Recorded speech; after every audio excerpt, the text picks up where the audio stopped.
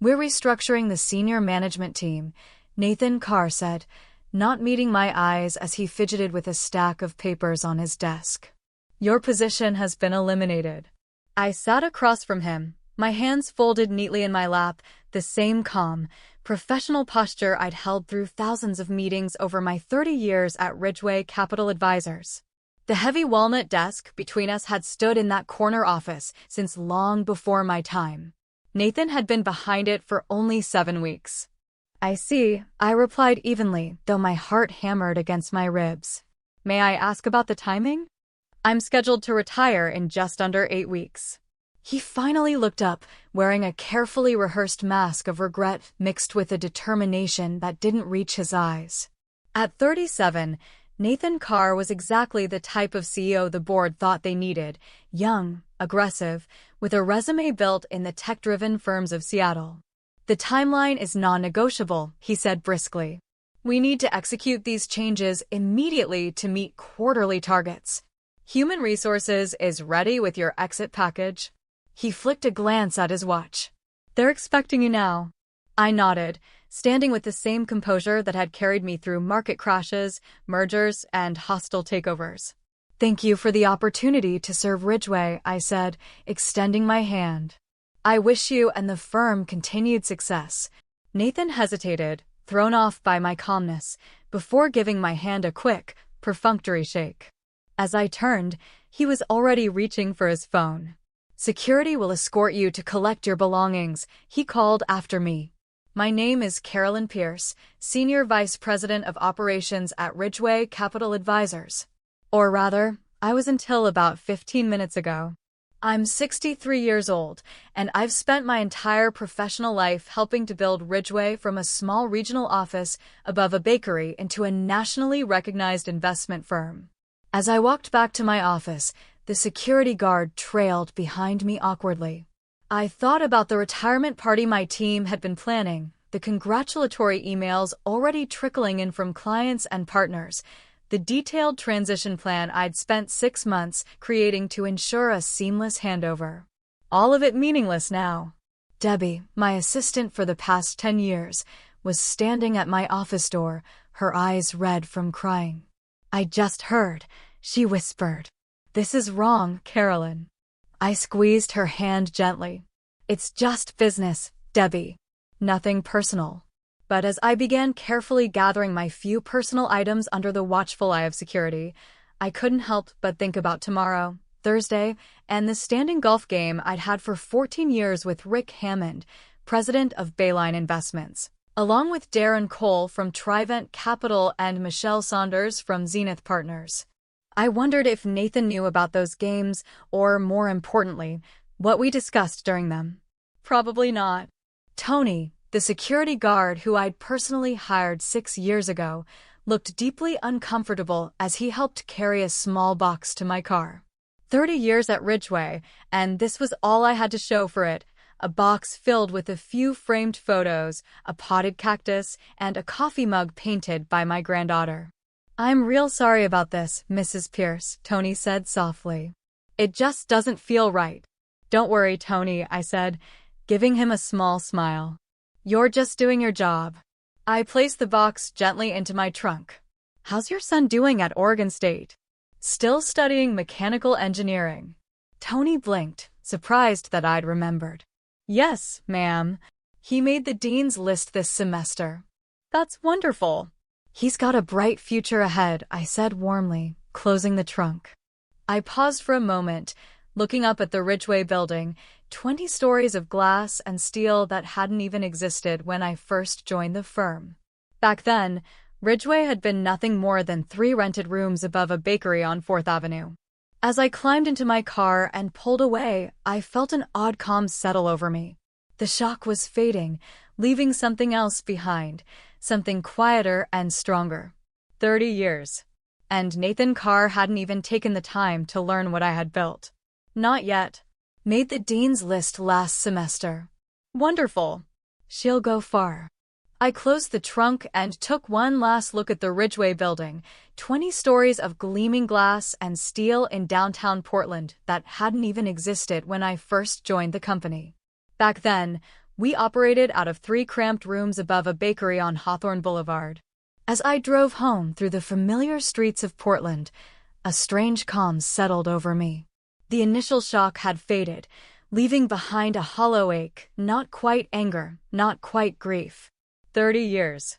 And Nathan hadn't even bothered to understand what I truly did for Ridgeway. My husband, David, was waiting for me when I pulled into the driveway, concern written all over his face.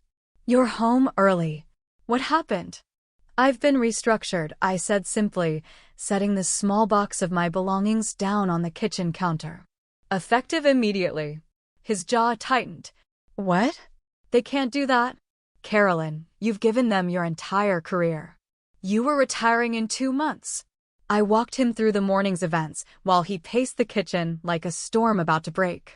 "You built half their client relationships," he said, voice rising. "You're the reason Bayline and Trivan invested in the first place." I shook my head, calming him with a hand on his arm. "It's done, David. No use getting worked up about it now." He ran a frustrated hand through his graying hair. "Have you called Rick? He's going to lose it when he finds out." "I haven't called anyone yet," I said. I glanced at the clock. "But I do need to change. I've got dinner with Michelle tonight." David stopped mid-pace. "Michelle Saunders? From Zenith." I nodded, already making my way upstairs. "Are you going to tell her?" he called after me. I paused halfway up the steps. "I'm not going to hide it, but I'm not going to complain, either." That had always been my way. I didn't shout. I didn't make threats. I simply worked harder, kept my integrity intact, and let my results speak for themselves. It had carried me through 3 decades in an industry where women like me had once been expected to fetch coffee, not manage billion-dollar portfolios. As I changed into a navy dress and low heels, my mind drifted to the team I'd built, the younger associates I'd mentored, the managers I'd fought to promote. What would happen to them now under Nathan Carr's reckless leadership? What would happen to Ridgeway itself? When I arrived at Stanford's Steakhouse, Michelle was already there, seated at our usual table. For nearly a decade, we'd met here monthly, 2 women who understood the weight and solitude that came with leadership. At 68, Michelle Saunders remained one of the sharpest minds in the financial world. Under her stewardship, Zenith Partners had grown into a titan managing over $12 billion in assets. "Carolyn," she said warmly, rising to embrace me. "You look troubled. What's going on?" I had planned to ease into the news, maybe downplay it, but Michelle had always been perceptive. No use pretending. As we settled in, ordered our usual drinks, bourbon for her, gin and tonic for me, I told her what had happened that morning. "Ridgeway fired you," she repeated, setting her glass down with a sharp click. 2 months before your retirement? That's not just bad form, it's idiotic. "The new CEO wants to make his mark," I said, keeping my voice even. "Restructuring is standard practice." Michelle's eyes narrowed. "There's nothing standard about firing the person who built your investor base right before a major funding round." She shook her head in disbelief. "Especially not when that person has a standing Thursday golf game with Rick Hammond." I blinked. "You know about those games?" Michelle laughed, but there was no humor in it. "Everyone knows, Carolyn. The 3 of us control nearly $200 million of Ridgeway's investment capital." Michelle leaned in, lowering her voice. "What they might not know," she continued, "is that Rick was already uneasy about Nathan Carr. He thought Nathan was too aggressive, too obsessed with fast quarterly returns instead of sustainable growth." I sipped my gin and tonic, letting her words settle. I didn't respond immediately. Michelle didn't wait. "Rick called me after your last Thursday golf game," she said. "He asked what I thought about shifting some of Bayline's investments elsewhere. He wasn't comfortable with the direction Nathan was taking Ridgeway." That news hit me harder than I expected. Rick Hammond had been loyal to Ridgeway for over 16 years. If he was seriously considering moving his money, the situation was worse than I had realized. "And what did you tell him?" I asked quietly. "I told him," Michelle said, giving me a pointed look, that as long as you were still there, I wasn't worried. I set my glass down carefully. That was last week, she added. Clearly, things have changed. The waiter arrived with our salads, giving me a moment to gather my thoughts. I had expected my departure to cause a ripple. I hadn't realized it might cause a tidal wave. I don't want anyone making rash decisions because of what happened to me, I said after a long pause. I've had a good run. I was almost finished anyway. Michelle studied me over the rim of her bourbon glass. Always the professional, Carolyn. Always putting the firm first. She set her drink down and leaned in. But answer me honestly, do you think Ridgeway is in good hands under Nathan Carr? Her question hung between us like a heavy curtain. For 30 years, I had defended Ridgeway's leadership, backed every decision, and put the firm's interests above my own. But now, for the first time, I wasn't inside the walls. I was looking at Ridgeway from the outside, and what I saw was different. Clearer. No, I said finally, my voice quiet but firm. I don't think it is. The next morning, I was kneeling in my backyard garden, trimming back the roses, when my phone buzzed on the porch table. David watched me from the kitchen window, coffee in hand, concern still etched into his features from the night before. Gardening had always been my therapy, pulling out weeds, nurturing what was worth saving. Today, it felt even more necessary. The caller ID flashed Darren Cole, the third member of our regular Thursday golf foursome and a senior partner at Trivent Capital. I brushed soil off my hands and answered. Good morning, Darren, I said, keeping my voice light. If you're calling about our golf game today, I'm afraid I'll have to cancel.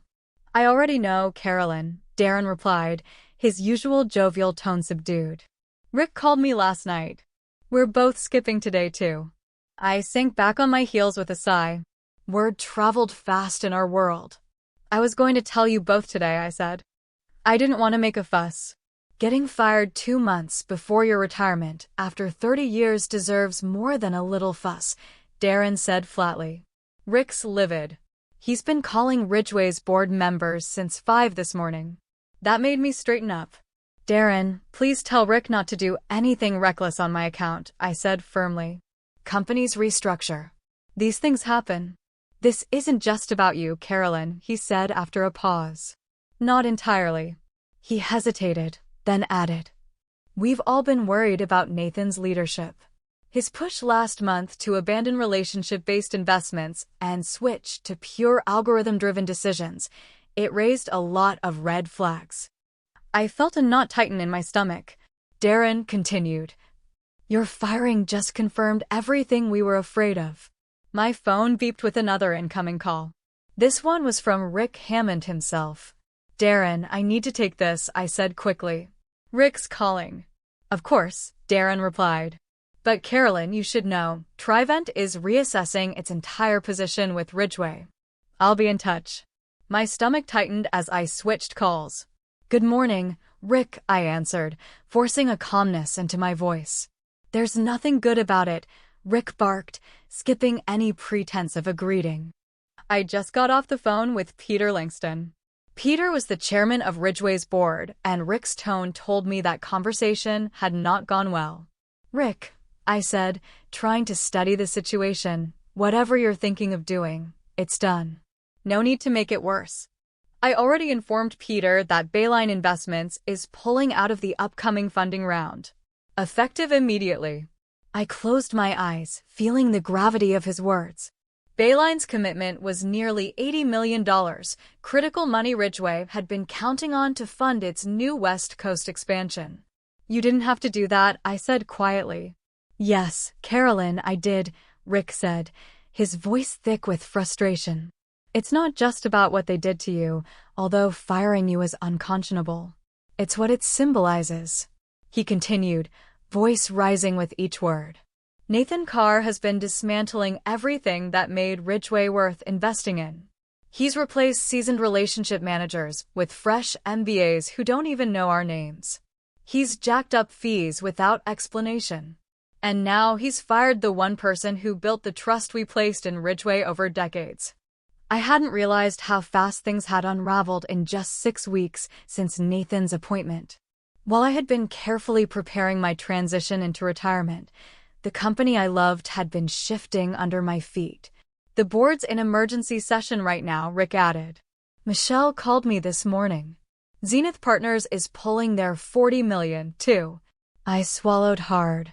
$80 million from Bayline. $40 million from Zenith. And if Trivent followed through, we were looking at nearly $180 million vanishing overnight. I never wanted this, I whispered, feeling slightly sick. I know, Rick said, his voice softening. That's why we trust you. He hesitated for a beat, then continued. The board wants to meet with you today, if you're willing. Meet with me. I echoed, surprised. For what? To fix this mess, Carolyn. To save their company, he said bluntly. You have more power right now than you realize. The real question is, what do you want to do with it? I looked down at my rose bushes, the blooms swaying gently in the spring breeze. Years of care, patience, and trimming back what was weak had made them strong. Sometimes pruning was necessary, but it required precision, not a reckless chainsaw. Nathan Carr had hacked where he should have nurtured. I'll meet with them, I said finally. But I'm making no promises about what comes next. The Ridgeway boardroom felt unfamiliar as I entered. For decades, I had sat at that very table as part of the leadership team, delivering reports, defending strategies, helping guide the company's direction. Now, I stood on the other side, the outsider, facing a row of anxious faces. Peter Langston sat at the center, his usual easy composure strained. To his right was Vanessa Clark, the woman who had hired me 3 decades ago. To his left were several newer board members, faces I mostly recognized from quarterly meetings. Nathan Carr, conspicuously, was nowhere in sight. Thank you for coming on such short notice, Peter began. I want to be clear, what happened yesterday was not a board-approved decision. We were informed after the fact. I kept my face neutral, even though a small flicker of vindication warmed my chest. They were scrambling, and they needed me. I nodded, keeping my expression neutral despite the small flare of vindication I felt. I appreciate that clarification, Peter. How can I help you today? Vanessa Clark leaned forward, her hands clasped tightly. We're in a crisis, Carolyn. Rick Hammond has pulled Bayline Investments' entire commitment from our upcoming funding round. Michelle Saunders did the same with Zenith Partners. Peter added, and Darren Cole is meeting with Trivent's board this afternoon. But we expect a similar outcome. I've heard, I said simply. In total, we're looking at a shortfall of about $180 million, Peter continued. Without that funding, our expansion plans collapse. We'll have to cut departments. Projects will be canceled. Jobs will be lost. People already have, I pointed out quietly, my voice steady. An uncomfortable silence fell over the room. We made a mistake, Vanessa said finally, her voice tight with regret. We were so focused on bringing in new blood, on modernizing, that we forgot what makes Ridgeway work, the relationships you and others have spent decades building. Peter nodded grimly. Nathan Carr has been placed on administrative leave pending immediate review. That genuinely surprised me. Moving against a CEO they had installed just 6 weeks ago was almost unheard of in this industry. Clearly, the situation was even more dire than I had imagined. What exactly do you want from me? I asked carefully. Peter and Vanessa exchanged a long glance before Peter answered. We'd like you to reach out to Rick, Michelle, and Darren, he said. See if they would reconsider their positions, if certain changes were made here at Ridgeway. What changes? I asked, folding my hands calmly. A reversal of Nathan's restructuring, Vanessa said without hesitation. Reinstatement of the senior relationship managers he let go. A formal apology to you, full benefits through your originally planned retirement date, plus appropriate compensation for the distress caused. I leaned back in my chair, considering. It was a generous offer. More than generous, honestly. But something about it still felt incomplete. And who would lead Ridgeway while you search for a new CEO? I asked pointedly. Another uncomfortable pause. We were hoping, Peter said carefully, that you might consider staying on. Not necessarily as CEO, but in an executive role, something that would reassure our investors during the transition. I blinked, genuinely taken aback. I was ready to retire. David and I had plans, travel, long overdue time for ourselves. This wasn't the path I had mapped out. Peter must have read my hesitation. We know, he said gently. We'd understand completely if you declined. But Carolyn, there's no one else our investors trust the way they trust you. I sat still, letting the weight of the moment sink in. I thought about my team, the ones Nathan had scattered. I thought about the projects we had spent years building, the ones about to be abandoned without the funding round. I thought about Debbie, my assistant who had cried when security escorted me out. But I also thought about my garden, the travel plans David and I had cherished, and the 30 years I had already given to Ridgeway. I need time to think, I said finally. And I need to speak with Rick, Michelle, and Darren first. Not as your emissary, but as someone who genuinely cares about them and their investments. Of course, Peter said quickly. Take whatever time you need. As I stood to leave, Vanessa followed me to the door. For what it's worth, Carolyn, she said softly, I fought against your dismissal. We all did. But by the time we knew, it was already done. I studied her face lined now with worry and age, but still the same woman who had once taken a chance on me so many years ago. I believe you, I said quietly. But good intentions don't undo the damage once it's done. You all approved hiring Nathan, I said quietly. You gave him the authority to make sweeping changes. The consequences of that decision don't disappear with an apology. As I walked out of the Ridgeway building for the second time in 24 hours, I realized I felt something I hadn't felt in a long time. Free. That evening, Rick Hammond, Michelle Saunders, and Darren Cole gathered at my home. It felt strange to host them in my living room instead of seeing them across a golf course or a restaurant table. But somehow it felt right. This wasn't business anymore. It was personal. I don't care what they offered you, Rick said bluntly, after I explained the board's proposal.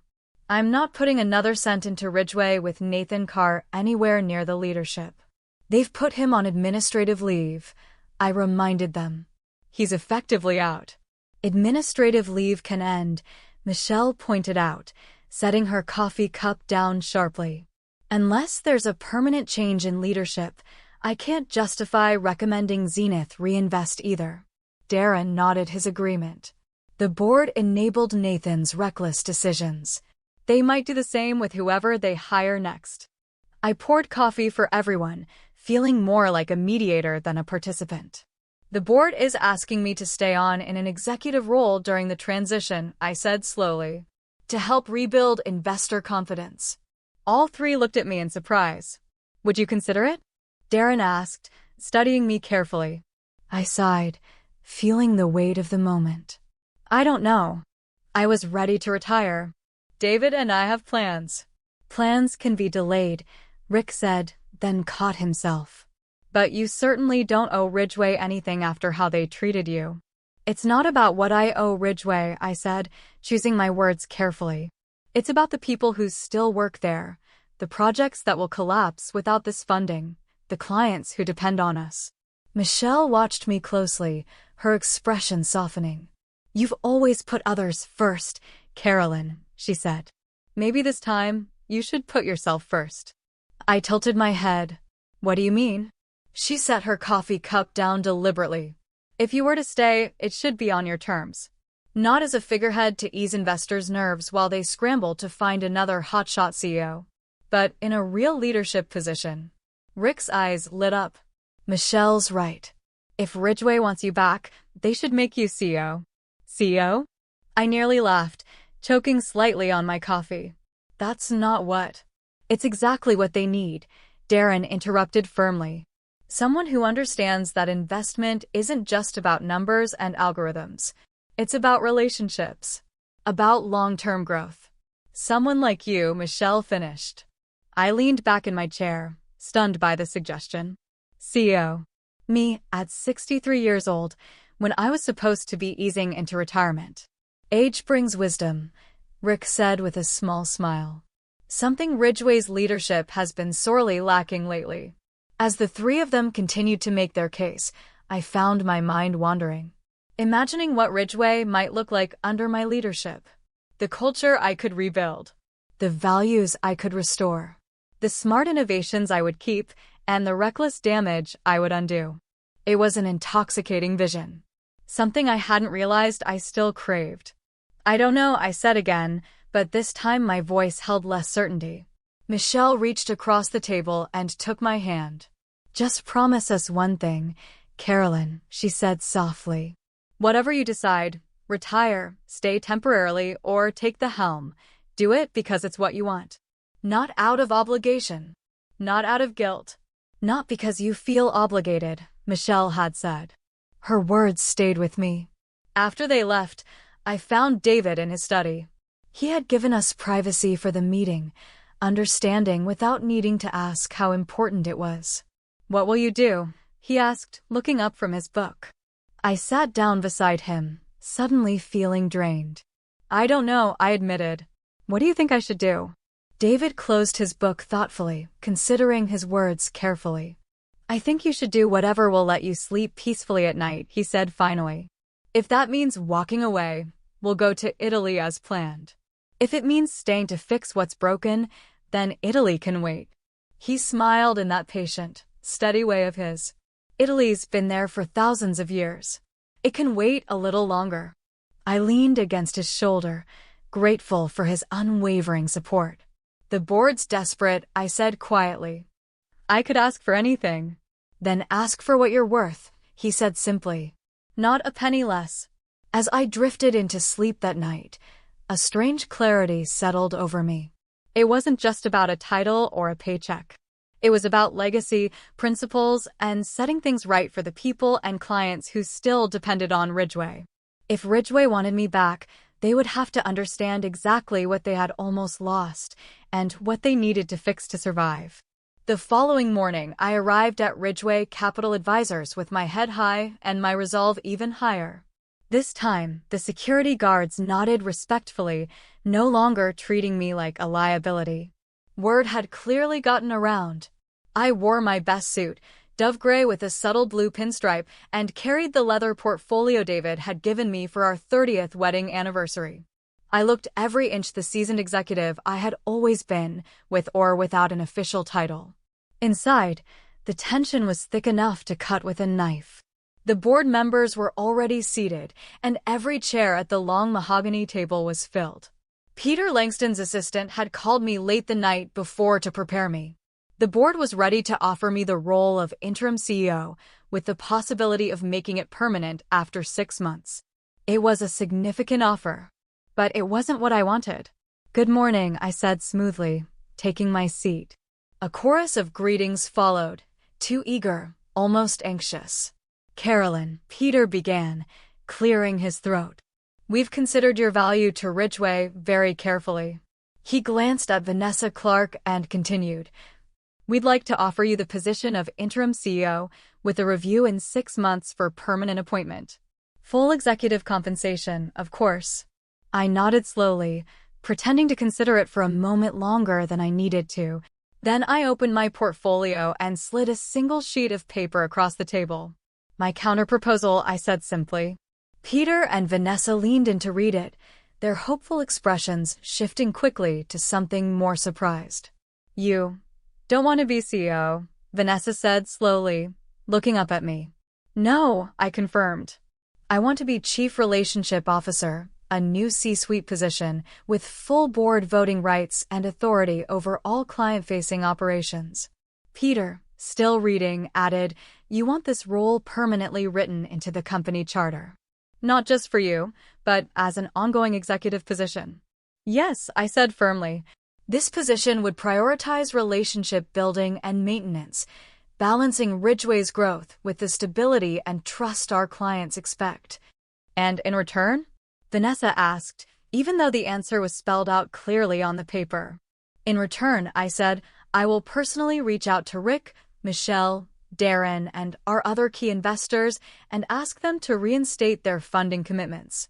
I will also agree to stay for 1 year, long enough to solidify the new role and to train my successor. The board exchanged nervous glances, silent conversations passing between them. And Nathan Carr? Peter asked, his voice low. That's for the board to decide, I said calmly. But I would recommend finding Nathan a role that utilizes his strengths without giving him unrestricted authority over client relationships. 3 days later, I stood at the podium in Ridgeway's largest conference room, facing a packed audience of employees, board members, and, most importantly, investors. Rick Hammond, Michelle Saunders, and Darren Cole sat proudly in the front row, alongside representatives from a dozen other investment firms. Change is inevitable in any organization, I began, my voice steady and clear. But how we manage that change determines whether we grow stronger or whether we lose what made us special in the first place. I outlined Ridgeway's new vision. A hybrid approach that embraced technological innovation while fiercely preserving the human relationships that had built our firm's sterling reputation. I introduced the newly created position of Chief Relationship Officer and explained its mission to ensure that every future decision struck the right balance between growth and stability. And I added, a smile touching my lips, I am pleased to announce that our funding round has been fully reinstated. There was a visible wave of relief across the room, audible sighs, even a few claps. I let the moment hang before continuing. In fact, I said, our round was oversubscribed by an additional $20 million, a true testament to our investors' renewed confidence in Ridgeway. From the corner of my eye, I spotted Nathan Carr standing quietly at the back of the room. As promised, the board had found a new role that better fit his skill set. Head of Innovation Strategy, reporting directly to the board without autonomous client authority. Nathan's expression was unreadable, but when our eyes briefly met, he gave a small, almost respectful nod. He was still young. In time, maybe he would learn. When the announcement concluded, Rick approached me first, extending his hand. Beautifully played, Carolyn, he said warmly. You secured your legacy without sacrificing your principles. Or my retirement plans, I teased lightly, shaking his hand. Just delayed by a year. Michelle joined us, raising a champagne flute high. To the new Chief Relationship Officer, she toasted, her voice rich with pride. May your successor uphold your standards. They will, I promised her with confidence. I'll make sure of it. As I looked around at the relieved, grateful faces of my colleagues, the team I had helped build, I felt a deep, quiet satisfaction. It wasn't the sharp pleasure of revenge. It was the deeper, steadier satisfaction of restoration. Of setting things right without shouting, without threats, without lowering myself. I had left with dignity. And now I had returned even stronger, finally recognizing my true worth. 1 year later, I retired exactly as planned. I proudly handed the role of Chief Relationship Officer to Debbie, my loyal assistant of 12 years, who understood better than anyone that in a world increasingly driven by algorithms, human connection mattered most. David and I finally took our long-awaited trip to Italy, wandering through vineyards and museums without a single thought of Ridgeway left to trouble me. The quarterly reports showed Ridgeway thriving under its new balanced leadership, with record client retention and steady, sustainable growth. In the end, my greatest revenge wasn't in bringing down the man who had dismissed me so carelessly. It was in building something lasting, something that would continue long after both of us had moved on. I want to thank you for taking the time to walk through this journey with me. If my story resonated with you, if you've ever been overlooked, pushed aside, or made to feel like your years of dedication didn't matter, I invite you to stand with me today. Please leave a comment below. Tell me what part of this story spoke to you the most. Share your own experiences of perseverance, quiet strength, or finding dignity in the face of unfairness. I would be honored to hear your voice and your journey. You see, if there's one lesson I hope you take with you, it's this. Your worth isn't determined by a title, a paycheck, or how others choose to treat you. It's determined by the legacy you build through your integrity, your relationships, and the way you choose to rise when others expect you to fall. In life, whether in business, relationships, or personal dreams, there will always be people who underestimate you. Let them. Your job isn't to fight their small view of you. Your job is to stay true to your purpose, to the principles that built you, and to the community that believes in you. I encourage you. Stand up for yourself with grace. Negotiate your worth boldly. And most importantly, never hand over your legacy to someone who didn't help you build it. I'd love to hear how you have protected your dreams, defended your dignity, and restored what others thought they could tear down. Share your thoughts in the comments. Let's lift each other up. We are stronger together than we ever are alone.